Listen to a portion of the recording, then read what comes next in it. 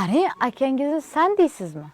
Jahlim chiqqan vaqt san deyman. Akangiz sizni himoya qilib urishsa kerak deb o'ylabman. Men o'zimni muammolarimni o'zim hal qilaman.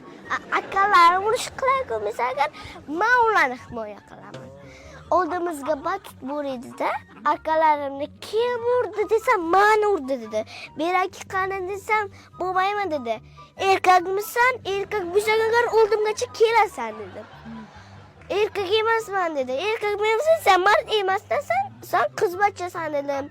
Men mard qiz bachcha bo'lib, men oldingacha kelolman dedi.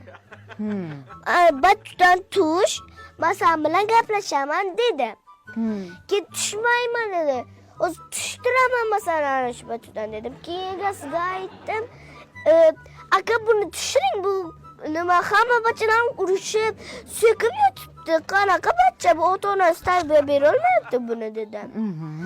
Keyin haydida tushirdi.